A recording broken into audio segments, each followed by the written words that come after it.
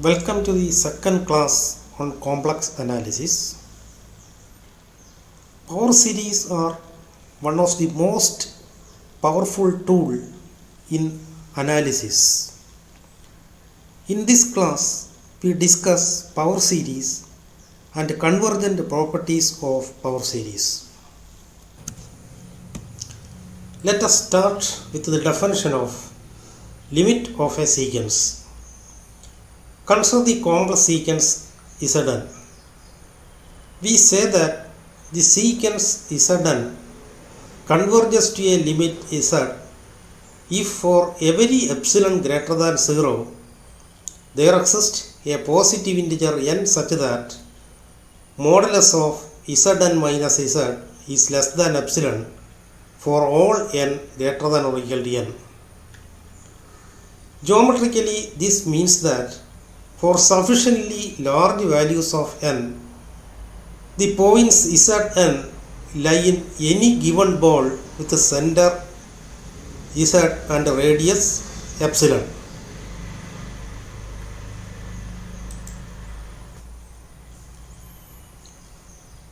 From this figure, it is clear that after a certain stage, the elements of the sequence are very close to Z. That is, after a certain stage, the elements of the sequence lie in an open ball with the center Z and radius epsilon. Consider the complex sequence 1 plus I pi by n raised to n. When n is equal to 1, the first term of the sequence is 1 plus pi I. And when n is equal to 2, we get Z2 is equal to minus 1.47 plus pi I. That is, when n increases, the sequence approaches the limit minus 1. That is, when n is equal to 100, we get Z100 is equal to minus 1.05 plus 0 into I.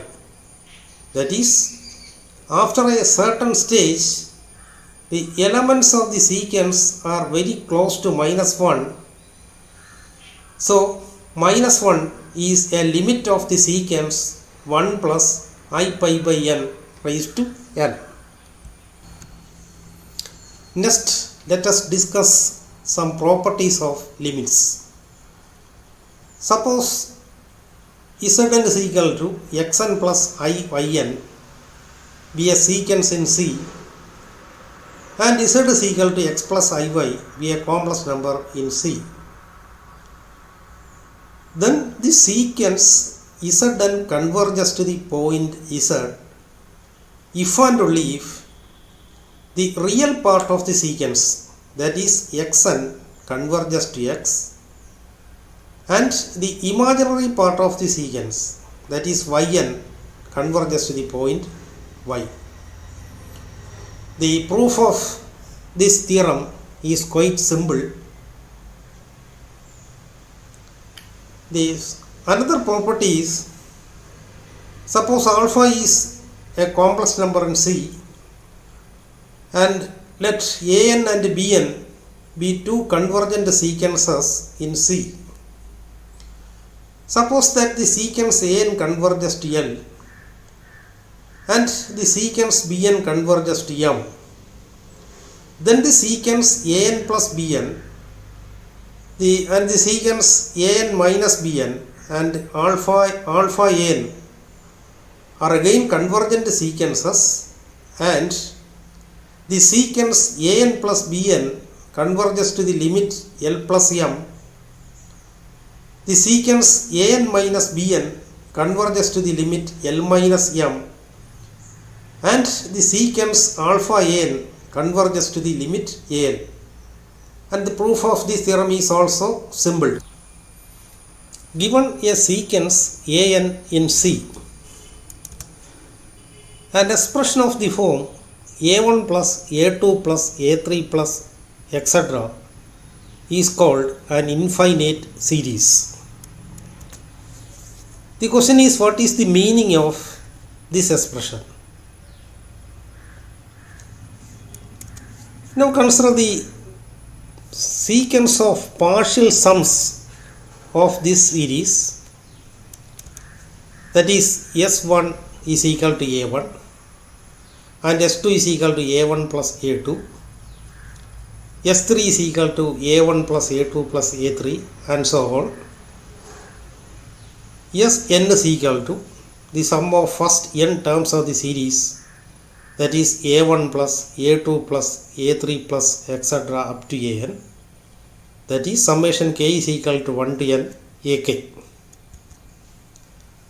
Observe that Sn is a sequence in C. If the sequence of partial sums converges to a point z in C, we say that the series converges and we write summation n is equal to 1 to infinity an is equal to z. So the meaning of the series, that is sigma n is equal to 1 to infinity an, is the limit of the sequence of partial sums Sn. So the meaning of this expression is the limit of the sequence of partial sums of the sequence Sn. If the sequence Sn does not exist, we say that the series diverges. Consider the real series summation n is equal to 1 to infinity 3 by 4 raised to n. And these are the partial sums of the series sigma n is equal to 1 to infinity 3 by 4 raised to n. And this is S1, S2, S3 etc. After a certain stage, the elements of the sequence are very close to 3. So the sequence converges to the point 3. This means that the series converges to the value 3. Note that the nth term of the series is 3 by 4 raised to n. Therefore, the first partial sum S1 is equal to 3 by 4, that is equal to 0.75. That is this point in the Cartesian plane, this point is 1 S1. When n is equal to 2, S2, that is A1 plus A2 is equal to 1.3125, and this is the point S2. When n increases,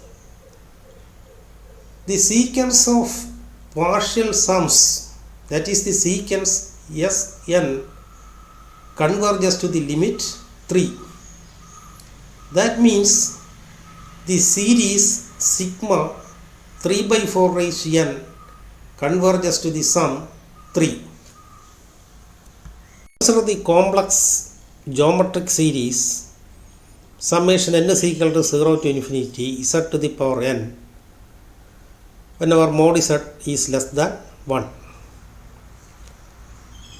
Here the sequence of partial sums are S0 of z is equal to 1, S1 of z, that is sum of first two terms, that is 1 plus z, and S2 of z is equal to sum of first three terms, that is 1 plus z squared and so on.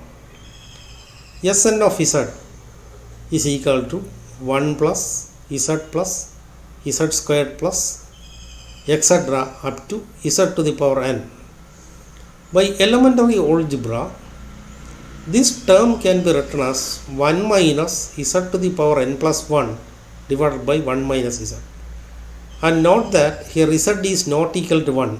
Here modulus of z is strictly less than 1.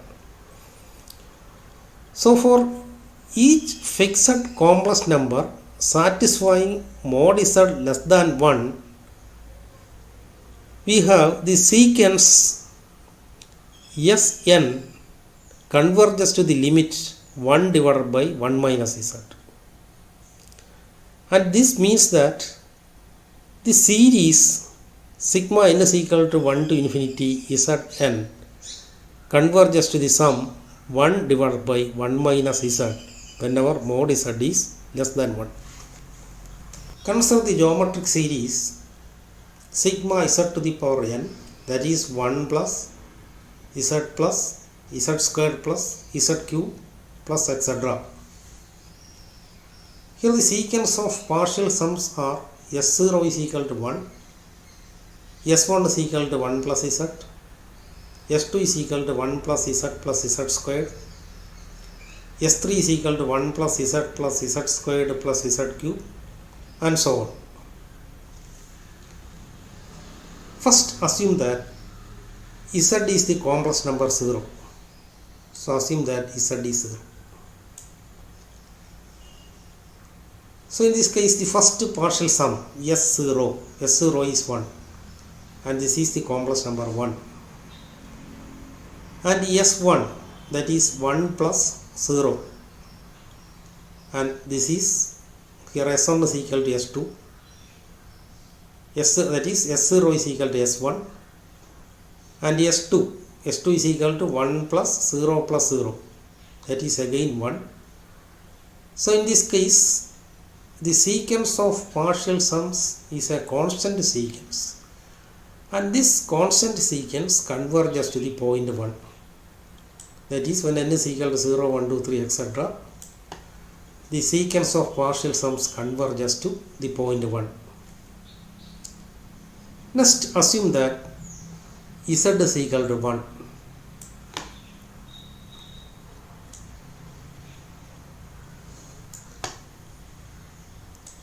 Suppose z is equal to 1. So in this case the first partial sum is S0 is 1, that is this point, and S1, that is 1 plus 1, that is 2, that is when n is equal to 1, S1 is 1 plus z, that is 1 plus 1, 2. Then S2, 1 plus 1 plus 1, that is 3, S4 is 4. So in this case the sequence of partial sums diverges to plus infinity. That means the series diverges to plus infinity. Next assume that z be a complex number inside the unit circle mod z is equal to 1. Suppose this is the complex number z. So S0 is 1, so this is the complex number 1, and this is the complex number z. And what is the sum of the complex numbers 1 and z? So to find the sum of the complex numbers 1 and z, we have to construct a parallelogram with adjacent sides 1 and this complex number. Then the diagonal of the parallelogram is the complex number 1 plus z, that is so we have a parallelogram. The diagonal of this parallelogram, this point, is 1 plus z. So this point is 1 plus z, that is S1. So this is S0 and this is S1. When n is equal to 2, and this is the point z square, this point is z squared, and this point is 1 plus z. Therefore the sum of 1 plus z and z squared, and that is the complex number 1 plus z squared, and this is the complex number 1 plus z squared, that is S2. This is S0, S1, S2. continuing like this. So we get this is S3. S3 is 1 plus Z square plus Z cube. In this case, we can see that after a finite stage, the sequence of partial sums converges to a fixed point. Now assume that Z is a point on the boundary of the circle. Suppose this is the point Z. So this is 1 and this is Z. When n is equal to 1, so this is the point 1 plus Z, that is S1. In this case, Z square is on the boundary of the circle, therefore 1 plus Z square. And this is another complex number, that is, this is the point 1 plus Z plus Z square. And this is 1 plus Z squared plus Z cube, and so on.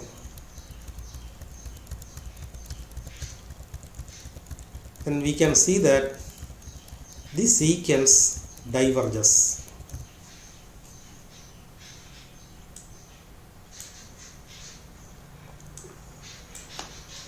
Suppose Z is on the outside of the unit circle. So this is the point 1 and this is the point Z. Therefore 1 plus Z is the complex number, and this is the complex number 1 plus Z. That is the sum of the complex numbers 1 and this complex number Z. Also this is 1 plus Z, and this is 1 plus Z squared, and x. So in this case, the sequence of partial sums diverges.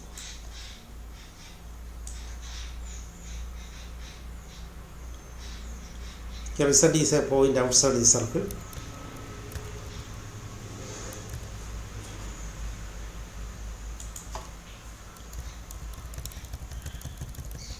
In this case, the sequence diverges.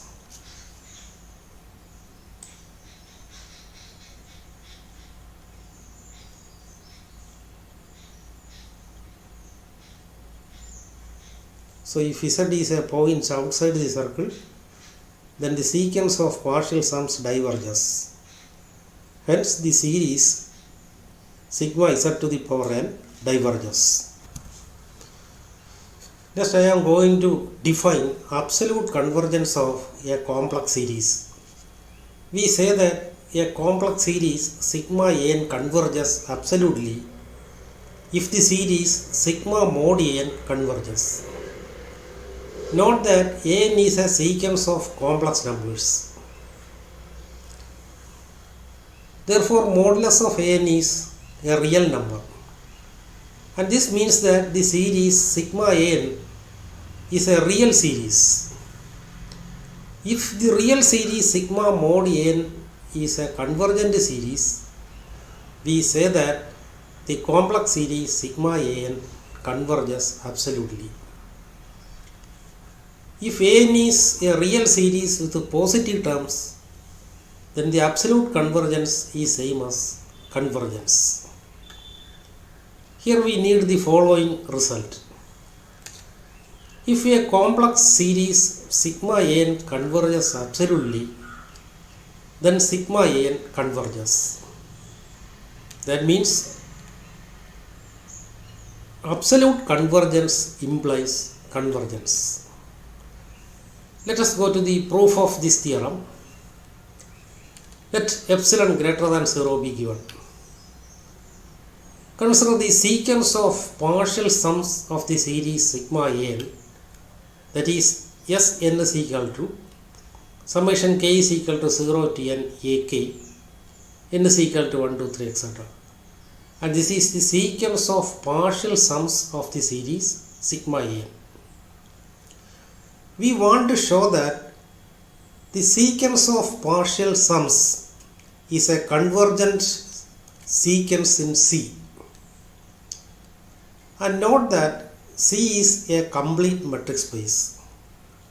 So to prove that the sequence Sn is a convergent sequence, it suffices to show that the sequence Sn is a Cauchy sequence. Since the sequence An converges absolutely, we have the series sigma n is equal to 1 to infinity mod An is convergent. And this is a real sequence. This is a real series. Sigma mod An is a real series. This series convergent means that given epsilon greater than 0, we can find a natural number n such that summation n is equal to n plus 1 to infinity modulus of An is less than epsilon. And this term is called the tail of the series.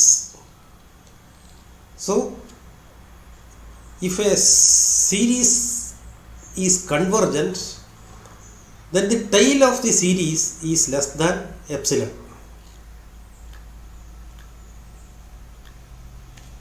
We claim that the sequence Sn is a Cauchy sequence in C. So to prove this, consider any two natural numbers m and n such that m greater than n greater than or equal to n. Now consider modulus of Sm minus Sn, but this is equal to modulus of summation k is equal to n plus 1 to m ak. By triangle inequality, this is less than or equal to summation k is equal to n plus 1 to m modulus of ak. But this finite sum is less than or equal to summation k is equal to n plus 1 to infinity modulus of ak. But this is the tail of the series, tail of the convergent series sigma an. Therefore, this is less than epsilon. And this implies that the sequence Sn is a Cauchy sequence in C. And since C is a complete metric space, the sequence Sn converges in C. And this means that the series sigma an converges. This completes the proof of the theorem. Let me allow to state monotone convergence theorem. Monotone convergence theorem states that bounded monotone sequences are convergent. Specifically, if a sequence Xn is bounded above and increasing, then the sequence is convergent and converges to its supremum value. Similarly, if a sequence Xn is bounded below and decreasing, then the sequence is convergent and converges to its infimum. So we have a remark. Let Xn be a real sequence. If the sequence is not bounded above, we define its supremum is equal to infinity. Similarly, if a sequence is not bounded below, we define its infimum is equal to minus infinity. To discuss the radius of convergence of a power series, we need the notion of limit superior and the limit inferior of a real sequence. Let Xn be a real sequence. We define y1 is equal to supremum of x1, x2, s3, etc. And y2 is equal to supremum of x2, s3, x4, etc. y3 is equal to supremum of x3, s4, etc. and so on. In general, yn is equal to supremum of xn, xn plus 1, etc. and so on. Note that the set xn plus 1, xn plus 2, etc. is contained in the set xn, xn plus 1, xn plus 2, etc. Take this set as A and this is B. So the set A is contained in B. If A is contained in B, then the supremum of A is less than or equal to supremum of B. But supremum of this set, by definition, supremum of this set is yn plus 1.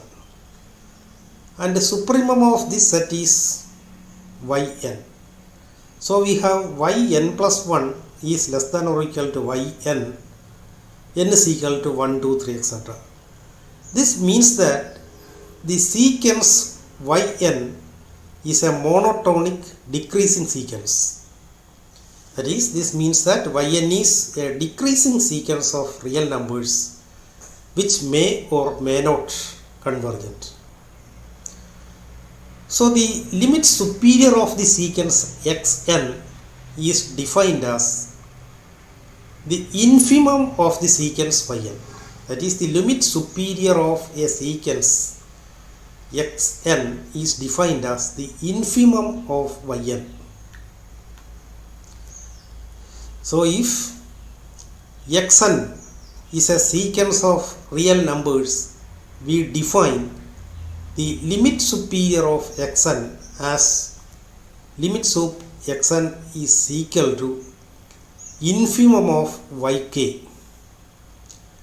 Here yk is supremum of xn n greater than or equal to k.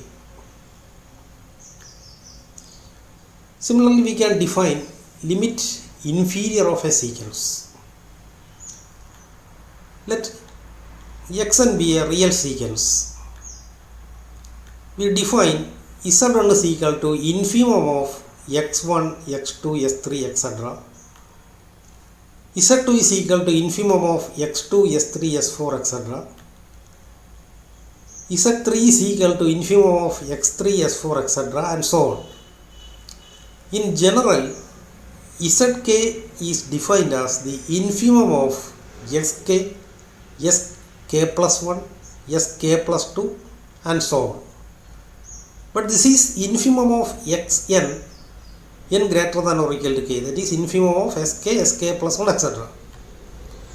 And note that the set xn plus 1, xn plus 2, etc. is contained in the set xn, xn plus 1, xn plus 2, etc. Therefore, infimum of this set is greater than or equal to infimum of this set.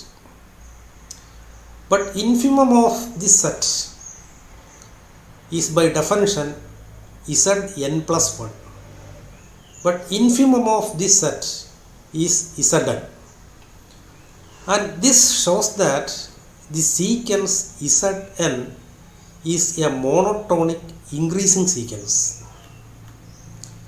That is, zn is an increasing sequence of real numbers which may or may not be convergent. If the sequence is bounded, then it is convergent. If it is not bounded, it is not convergent. So we define the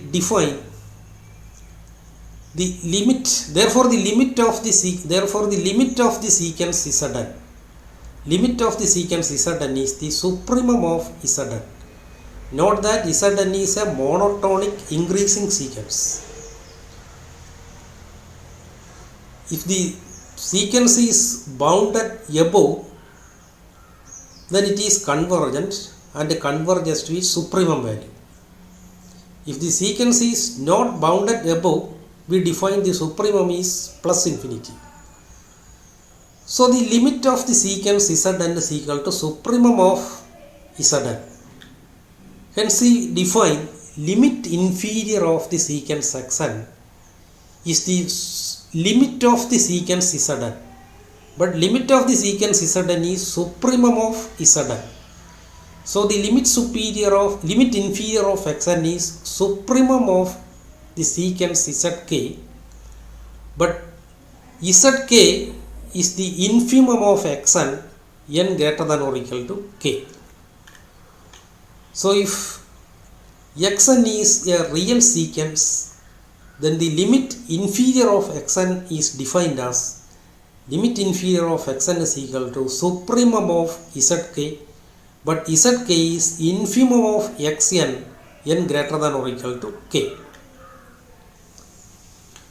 For example, consider the real secants defined by xn is equal to minus 1 raised to n by n. So in this case, the first term of the secants x1 is minus 1, x2 is 1 by 2, x3 is minus 1 by 3, and x4 is equal to 1 by 4, and so on. So by definition, y1 is the supremum of x1, s2, s3, etc. But supremum of x1, s2, s3, etc. is 1 by 2. And y2 is the supremum of x2, s3, etc. This is also 1 by 2. And the supremum of y3 is equal to supremum of x3, x4, etc. That is equal to 1 by 4, and so on. Therefore, the limit superior of xn is defined as the infimum of supremum of xn, n greater than or equal to k. That is infimum of the secants y1, y2, y3, etc. That is infimum of 1 by 2, 1 by 4, etc. And this is a monotonic decreasing sequence which is bounded below. So its infimum is equal to 0. Therefore, the limit supremum of the sequence xn is equal to 0. Similarly, z1 is the infimum of x1, s2, s3, etc. That is infimum of minus 1, 1 by 2, minus 1 by 3, etc. So the infimum is equal to minus 1, and z2 is equal to infimum of x2, s3, s4, etc. is equal to infimum of 1 by 2, minus 1 by 3, etc. Here the infimum value is equal to minus 1 by 3, and z3 is equal to infimum of x3, s4, etc. That is equal to infimum of minus 1 by 3, 1 by 4, etc. So the infimum of this set is minus 1 by 3. By definition, limit inferior of xn is equal to supremum of z1, z2, etc. But this sequence is monotonic increasing and bounded above by 0. So the supremum value is equal to 0. So this is y1, y2, y3, etc. So this sequence y1, y2, y3, etc. is a monotonic decreasing sequence which is bounded above by 0. So this sequence converges to the limit 0. So the limit superior of the sequence is 0. And this is z1, z2, z3, etc. This sequence is monotonic increasing and bounded above by 0. And this sequence converges to 0. Therefore, the limit inferior of the sequence xn is equal to 0. In this case, the limit superior is equal to limit inferior is equal to 0. In this case, we say that the sequence is a convergent sequence. A sequence is convergent if and only if its limit superior and limit inferior exist and are equal. Now consider another sequence whose nth term is defined by xn is equal to minus 1 raised to n into n. And note that this sequence is not a bounded sequence.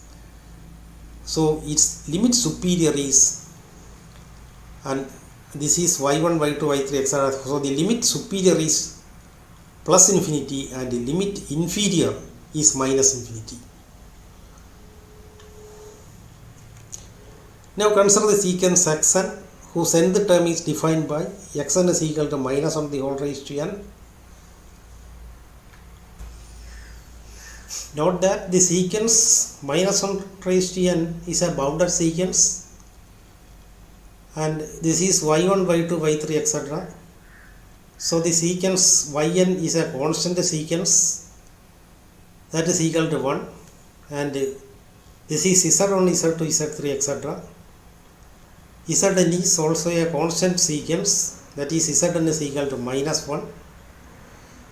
So the limit superior of the sequence is equal to the infimum of y1, y2, y3, etc. That is the infimum of 1, 1, 1, that is 1. So the limit superior is 1. And limit inferior is the supremum of minus 1, etc. is equal to minus 1. So in this case the limit superior is 1 and the limit inferior is minus 1.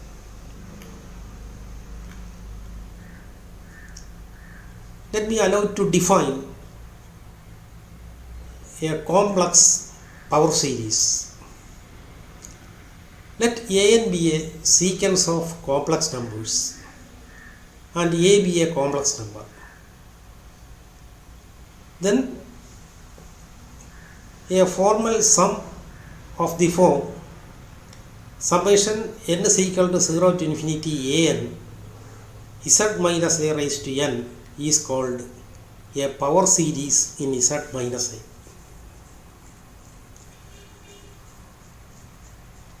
Now consider the sequence of partial sums of this power series. That is, S0 is the first term, that is the constant term A0. S1, the sum of first two terms, that is A0 plus A1 into Z minus A.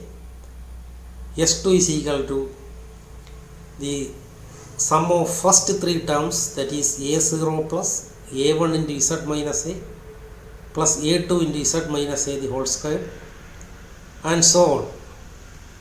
In general, Sn is equal to the sum of first n plus 1 terms, that is A0 plus A1 into Z minus A plus A2 into Z minus A the whole square, etc. up to an Z minus A raised to n, and so on. Note that these sequence of partial sums are polynomials in Z. So the domain of dimension of these polynomials are in C. Note that each Sn is a polynomial and its domain is C. Also note that for each complex number, for each fixed complex number Z, we have a sequence of complex numbers Sn Z. That is, for each fixed complex number, the sequence Sn Z is a sequence of complex numbers which may or may not converge.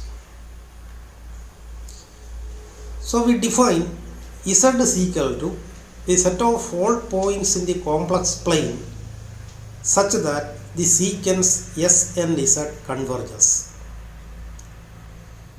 That is, for each point in D, each point Z in D, the sequence of partial sums converges.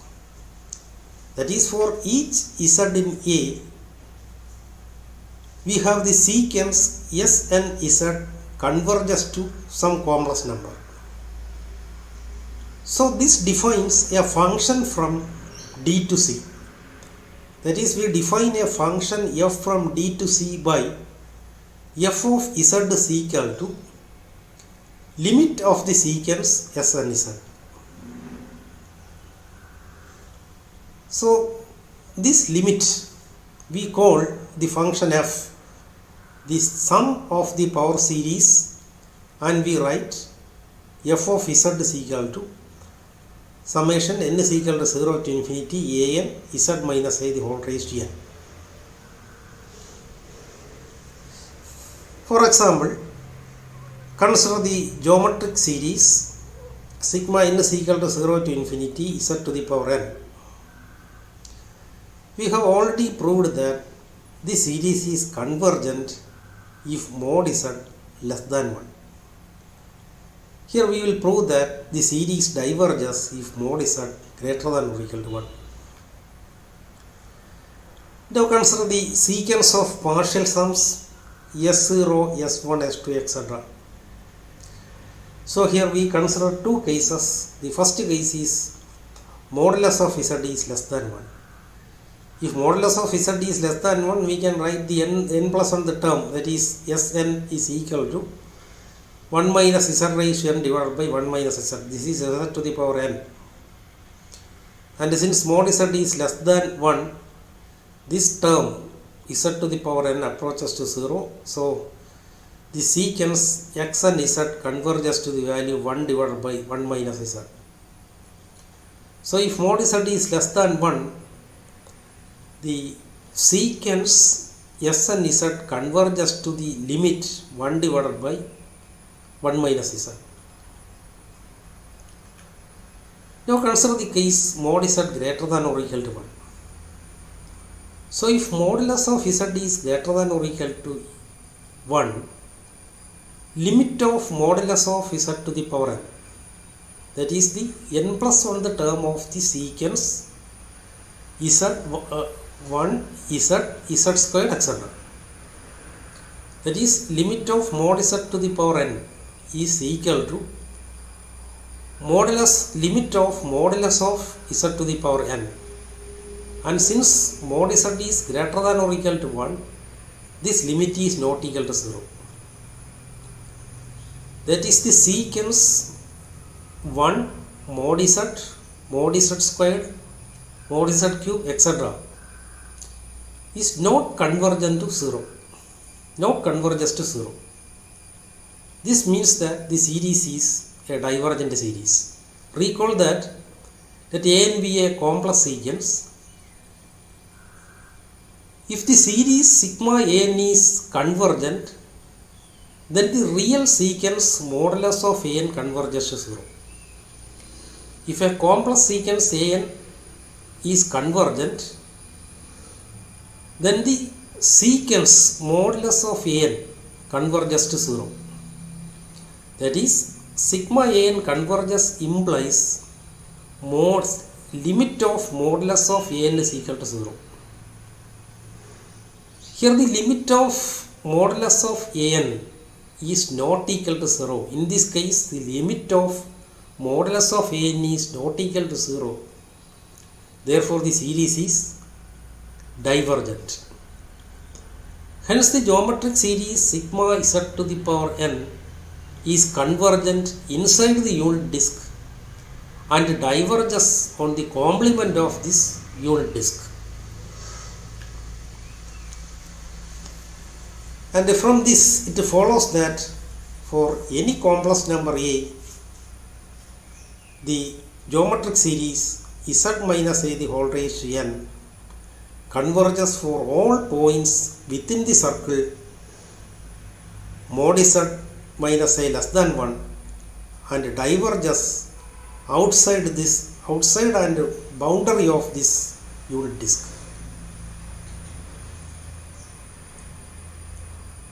Now consider the general power series sigma n is equal to 0 to infinity an z minus a raised to n.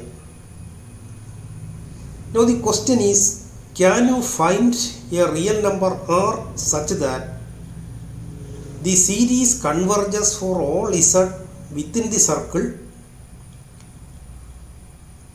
defined by s is equal to set of all complex numbers z in C such that mod z minus a is equal to r and diverges for all points outside the circle.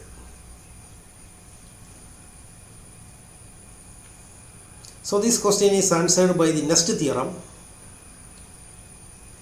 Let an be a sequence of complex numbers and we define 1 by r is equal to the limit superior of the real sequence mod an raised to 1 by n. And suppose that 0 is strictly less than r, strictly less than infinity, then the power series sigma an z minus a raised to n converges absolutely within the circle mod z minus a less than r and diverges outside the circle mod z minus a greater than r. The formula defined by 1 by r is equal to limit supreme of n raised to 1 by n is called Cauchy-Hadamard formula. Let us go to the proof of the theorem. Here we consider two cases. Case 1, let Z be a complex number satisfying mod Z minus a less than R. Note that mod Z minus a is a real number and R is also a real number. Between the real numbers mod Z minus a and R, we can find another real number. So choose a real number R naught satisfying mod Z minus a is less than R naught, less than R, and S naught is equal to 1 upon R naught. Then we have S naught is equal to 1 by R naught, and since R naught is less than R, we have 1 by R naught is greater than 1 by R. But by Hadamard's formula, 1 by R is equal to limit superior of the secants mod n raised to 1 by n. So by definition, the limit superior is equal to infimum of supremum of the secants n raised to 1 by n, n greater than or equal to k.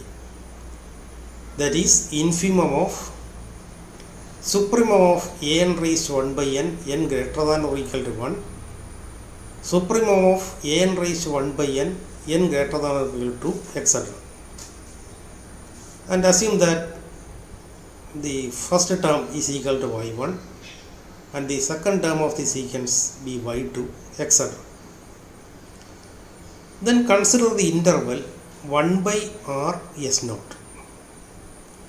Here 1 by r is the infimum of the secants y1, y2, y3, etc. Then this interval contains at least one element from this set. That is at least one element from the set y1, y2, y3. If this interval does not contain any element from this set, then S naught is the infimum, which contradicts the definition of S naught, that is S naught is the infimum of y1, y2, y3, etc. So the interval 1 by r naught S naught contains at least one element from this set. This means that there exists an integer p such that yp less than S naught. Note that yp is equal to supremum of n raised to 1 by n, n greater than or equal to p. So S naught is greater than supremum of mod n raised to 1 by n, n greater than or equal to p. That is equal to supremum of mod ap raised to 1 by p, mod ap plus 1 raised to 1 by p plus 1, etc. So the supremum value of this set is less than S naught. That means all the elements in this set is less than S naught. That is S naught is greater than mod n raised to 1 by n for all n greater than or equal to p. Now consider the n plus 1th term of the given power series, that is an into z minus a raised to n. Now consider the modulus of the n plus 1th term of the power series, but this term can be written as mod n raised to 1 by n into mod z minus a the whole raised to n. But mod n raised to 1 by n is less than S naught. So this is less than S naught into mod z minus a raised to n. And note that mod z minus a is less than r naught. Here mod z minus a is less than r naught. So S naught into mod z minus a is less than r naught into S naught.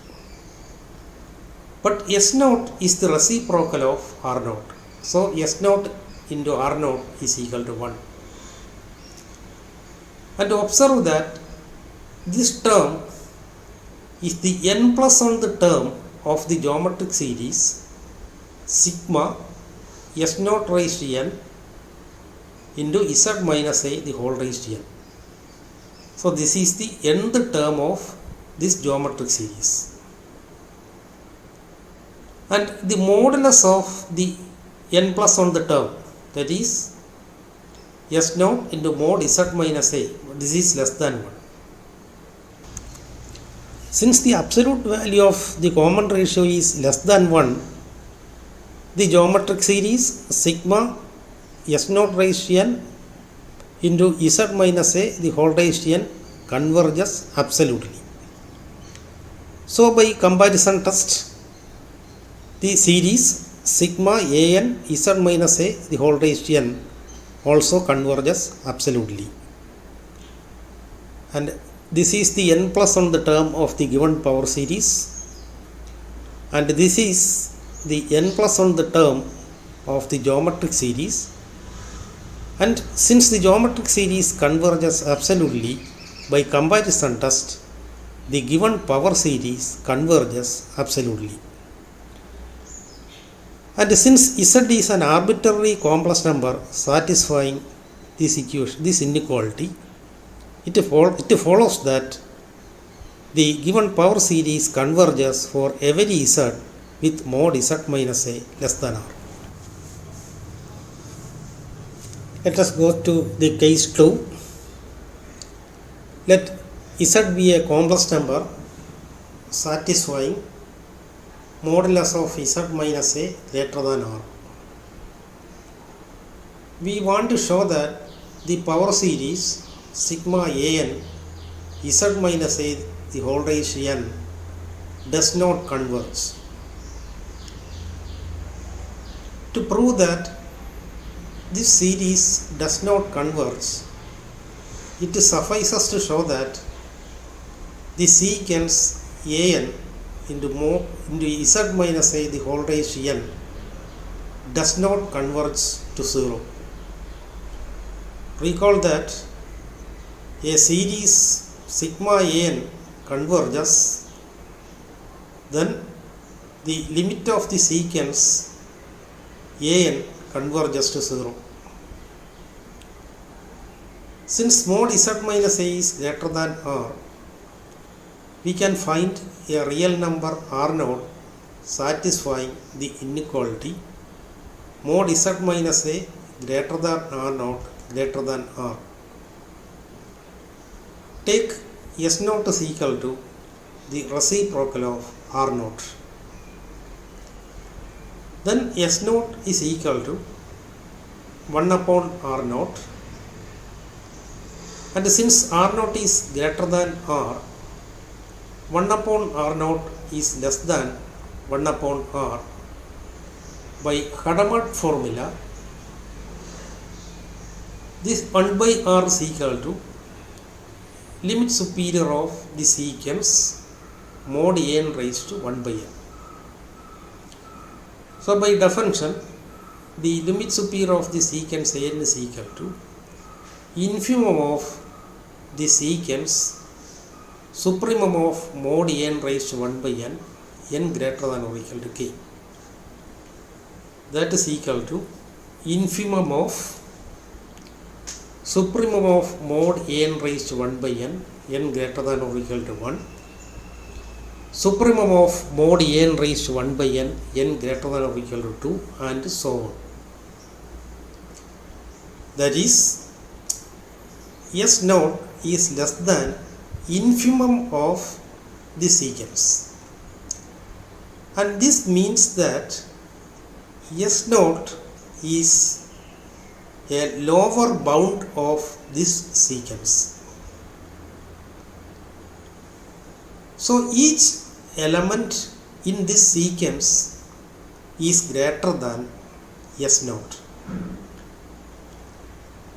So this implies that for each natural number k, s naught is less than supremum of mod n raised to 1 by n n greater than or equal to k.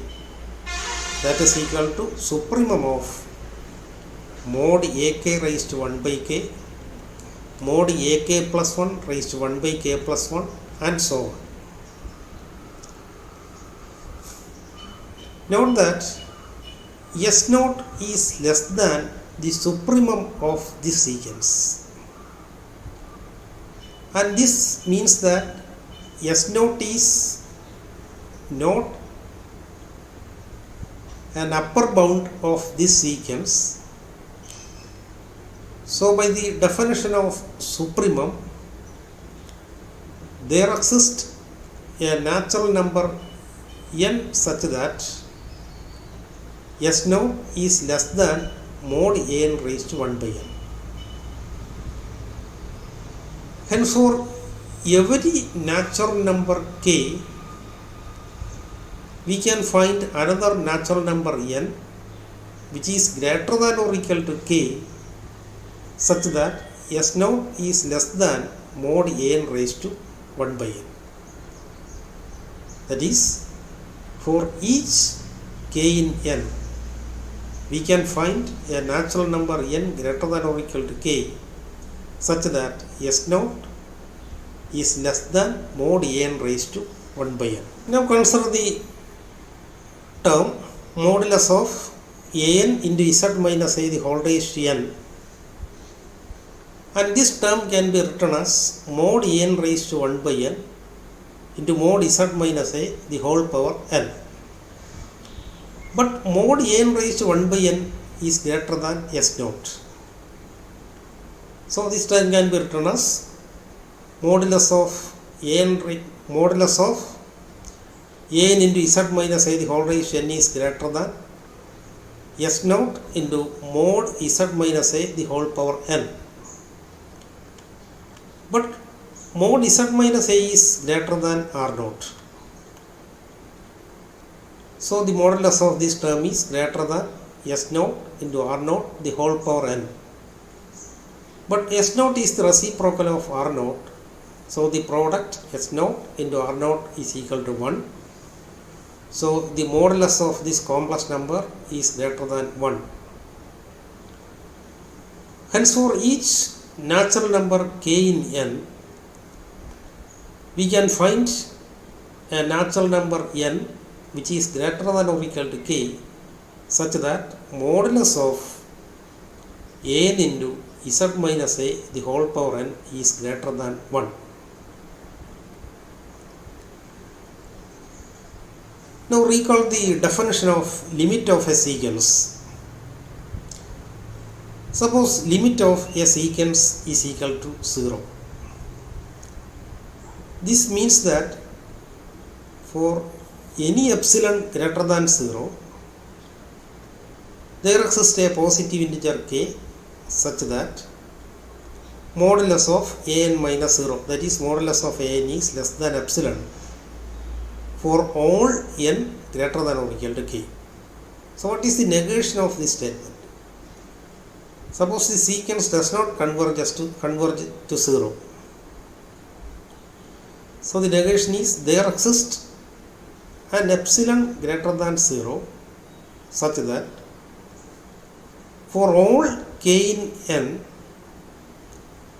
there exists a natural number n which is greater than or equal to k, and the absolute value of n is greater than or equal to epsilon.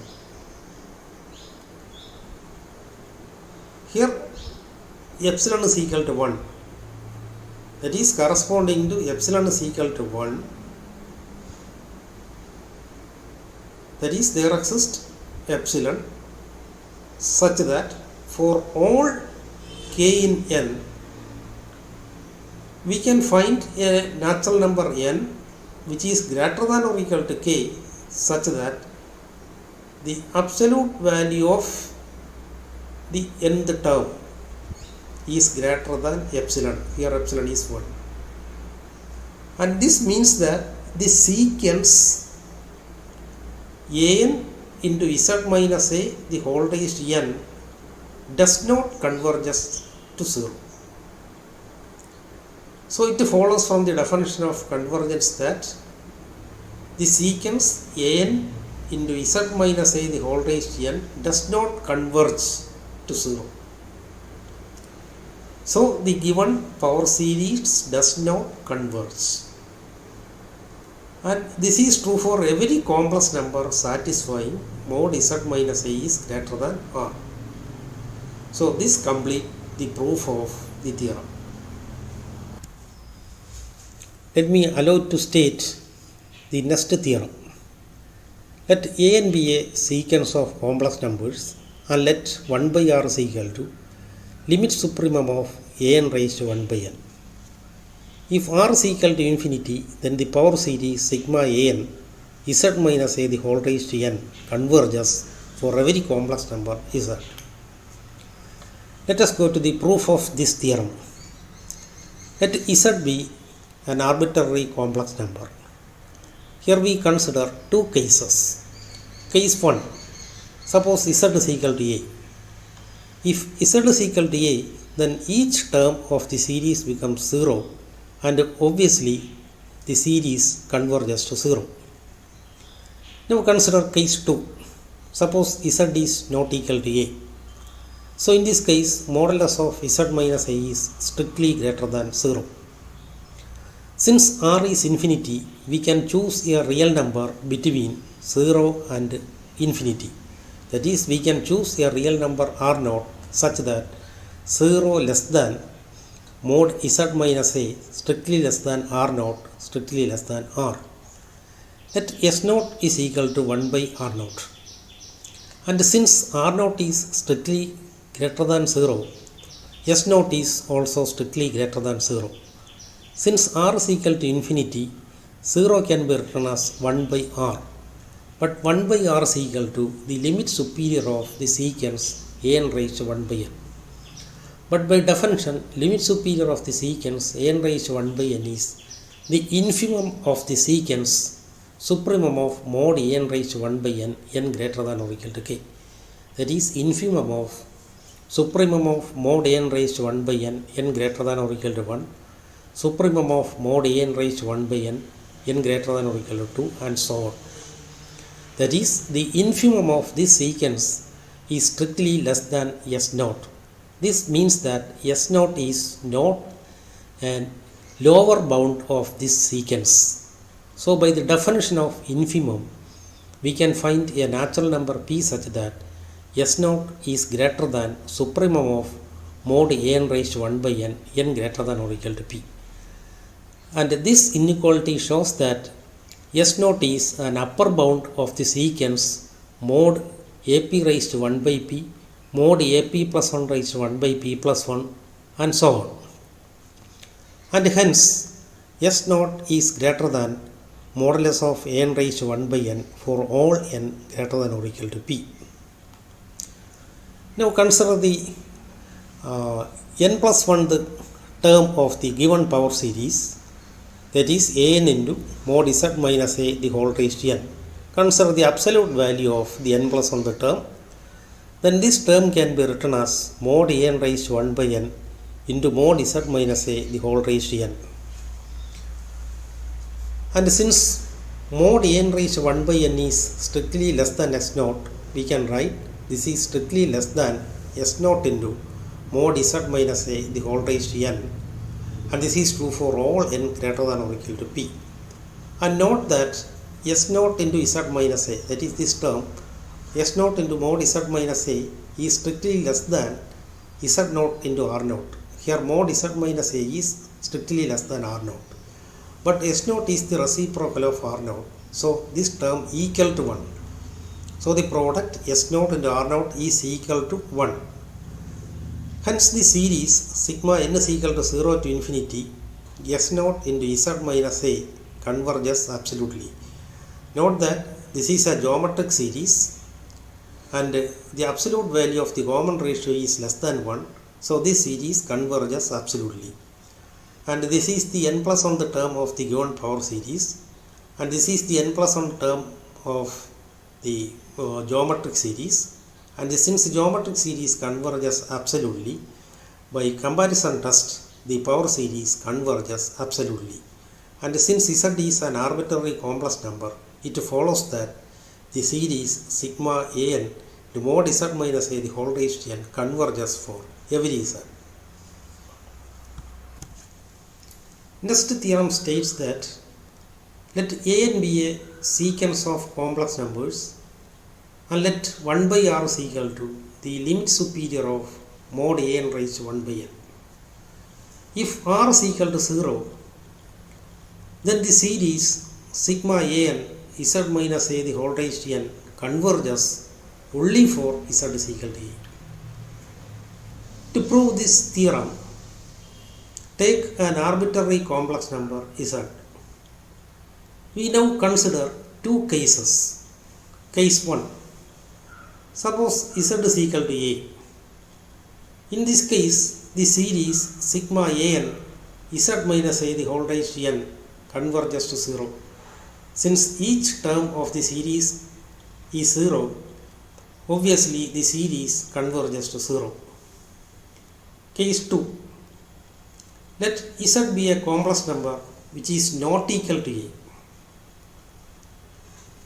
Then modulus of z minus a is strictly greater than 0. And note that mod z minus a is a real number. We know that between any two real numbers there are infinitely many reals. So we can find a real number r0 between 0 and mod z minus a. So let r0 be a real number which lies between 0 and mod z minus a. And s0 is equal to 1 by r0. Since r is equal to 0, the limit superior of this sequence is infinity. The limit superior of this sequence is equal to infinity means the sequence mod n raised to 1 by n is not bounded above. This sequence is not bounded above means for each k, the tail of the sequence, that is mod ak raised to 1 by k, mod ak plus 1 raised to 1 by k plus 1, etc. is not bounded above. In particular, S0 is not an upper bound of such a set. Since S0 is an upper bound of this set, we can find a natural number m such that S0 is less than mod am raised to 1 by m.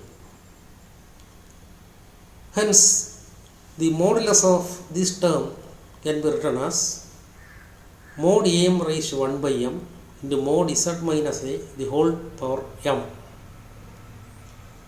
But the first term is strictly greater than S0. So we can write this is strictly greater than S0 raised to m into mod z minus a the whole raised to m. But mod z minus a is also strictly greater than r0. So this term can be written as strictly greater than S0 into r0 the whole power m. Since S0 is equal to 1 by r, this product is equal to 1. So the modulus of this term is strictly greater than 1. Thus for each natural number k, there exists an integer m such that modulus of this term is strictly greater than 1. And this means that the sequence an into mod, the sequence an into z minus a the whole raised to n does not converge to 0. Hence the series is divergent. Combining the three previous theorems, we have the following theorem. For a given power series sigma an z minus a the whole raised to n, there exists an extended real number r such that 0 less than or equal to r less than or equal to infinity, such that the series converges for every complex number z with mod z minus a less than r and diverges for every complex number z with mod z minus a greater than r. Next I am going to define the radius of convergence and the circle of convergence of the power series. The number r defined by 1 by r is equal to limit superior of a n raised to 1 by n is called the radius of convergence of the power series, and the circle set of all z in C such that mod z minus a is equal to r is called the circle of convergence of the power series.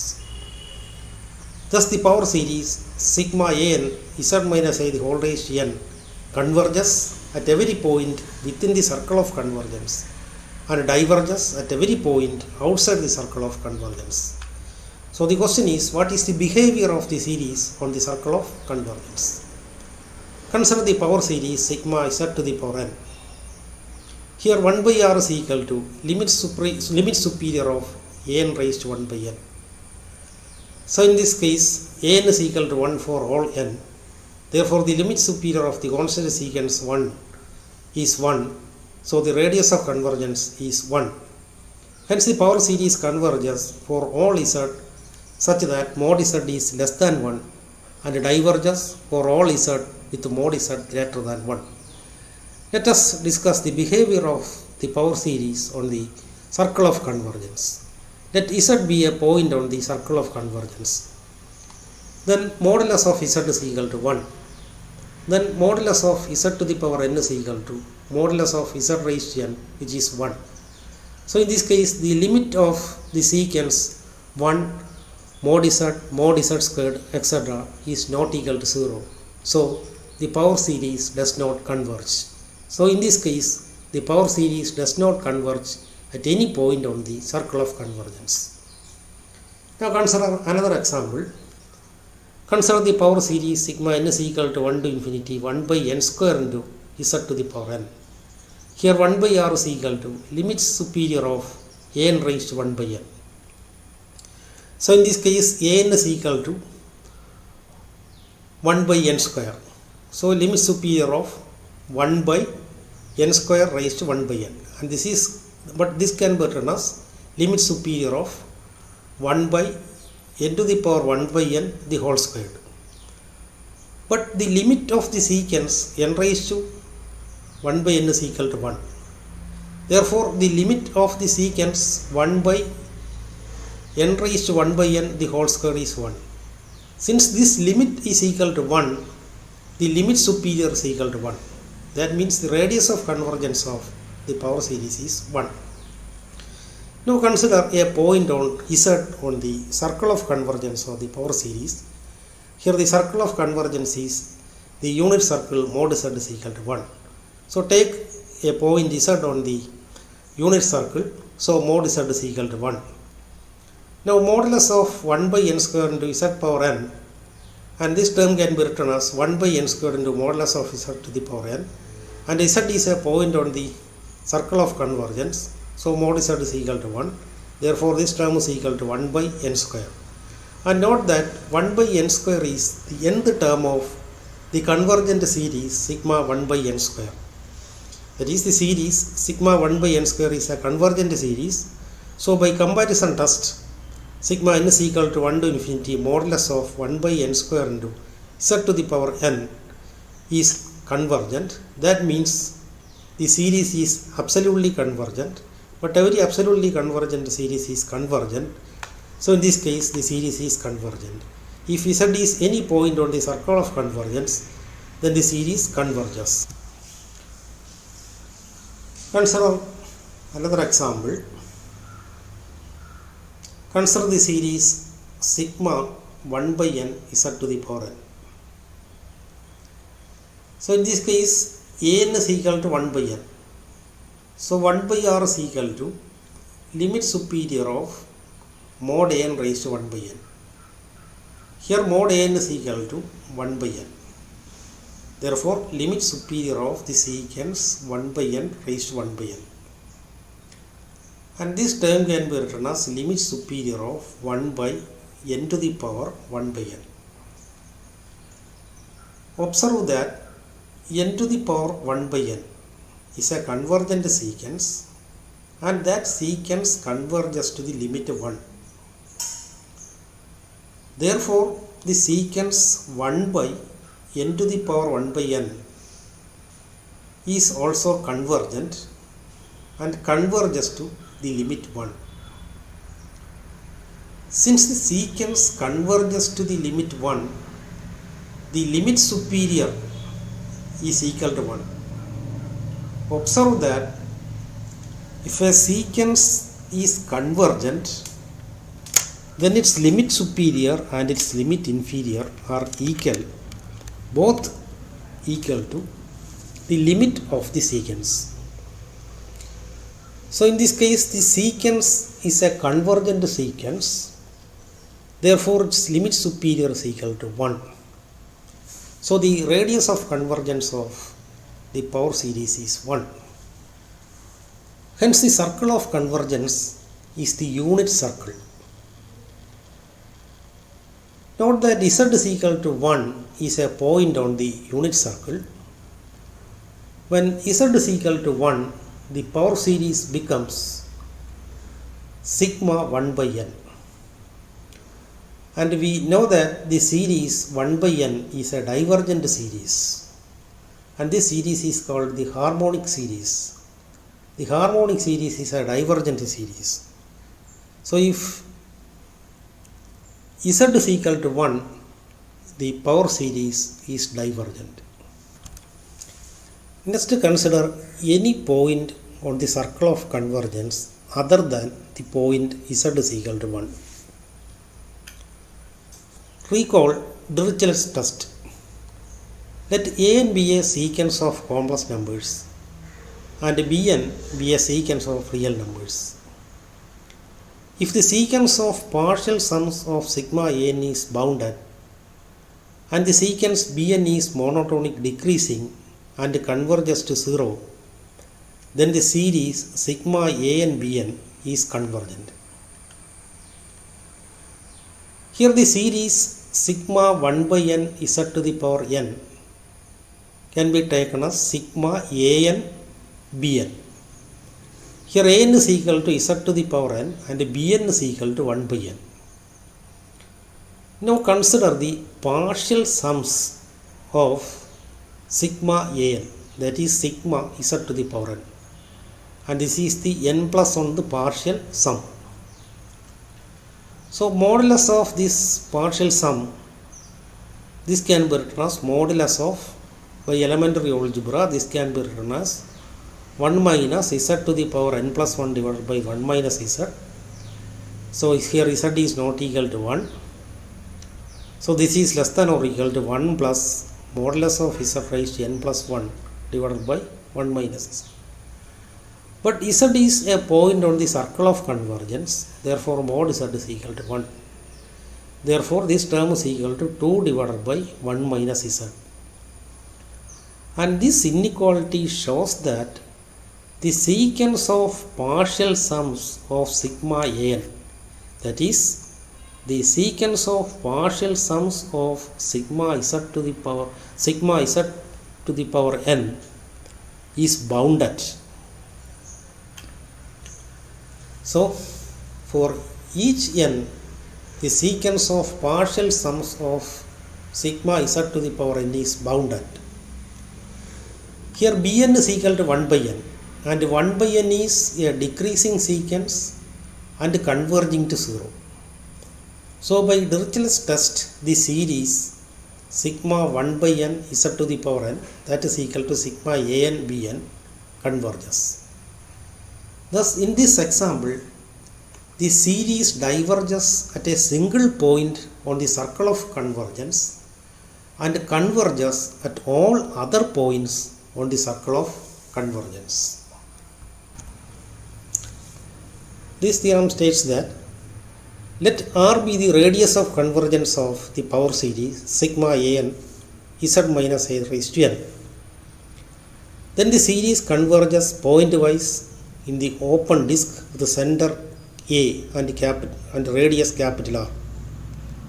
Also, if R is not equal to 0 and small r is any real number such that 0 strictly less than r, strictly less than capital R, then the series is uniformly convergent in the closure of the disk with the center A and radius R. Let us go to the proof of this theorem. Here we consider two cases. Case 1, assume that capital R is finite. We have already seen that the series is pointwise convergent in the open disk with the center A and radius R. And let small r be a real number such that 0 less than r less than capital R. And choose a real number r0 between small r and capital R. And take s0 is equal to 1 by r0. Then s0 is equal to 1 by r0, which is greater than 1 by r. But 1 by r is the limit superior of the secants mod n raised to 1 by n. By definition, the limit superior of the secants mod n raised to 1 by n is the infimum of the secants supremum of mod n raised to 1 by n. That is, infimum of the secants supremum mod n raised to 1 by n, n greater than or equal to 1. Supremum of the secants mod n raised to 1 by n, n greater than or equal to 2. The infimum of the secants is less than s0 means s0 is not a lower bound of the secants. So by the definition of infimum, there exists a natural number p with s0 is greater than supremum of n greater than or equal to p mod n raised to 1 by n. And this implies that s0 is greater than mod n raised to 1 by n for all n greater than or equal to p.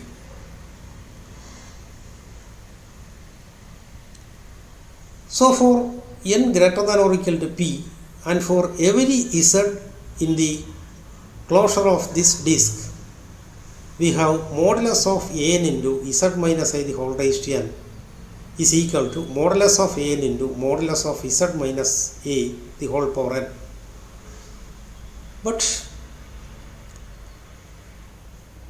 mod an is less than, here mod an is less than s to the power n. So mod an is less than s0 to the power n. And mod z minus a is less than or equal to less than r. So this term is less than or equal to z0 to the power n into r to the power n. But s0 is 1 by r0. So this term can be taken as, this term can be written as r by r0 raised to n. But small r is strictly less than r0. Therefore r by r0 is strictly less than 1. So this is the nth term of a geometric series whose common ratio is less than 1. So this series is convergent. So the series sigma r by r0 raised to n is a convergent series. So by Weierstrass theorem on uniform convergence, the series sigma an z minus a the whole raised to n is uniformly convergent in the closure of the disk, the center A and radius r. Case 2, suppose r is equal to infinity.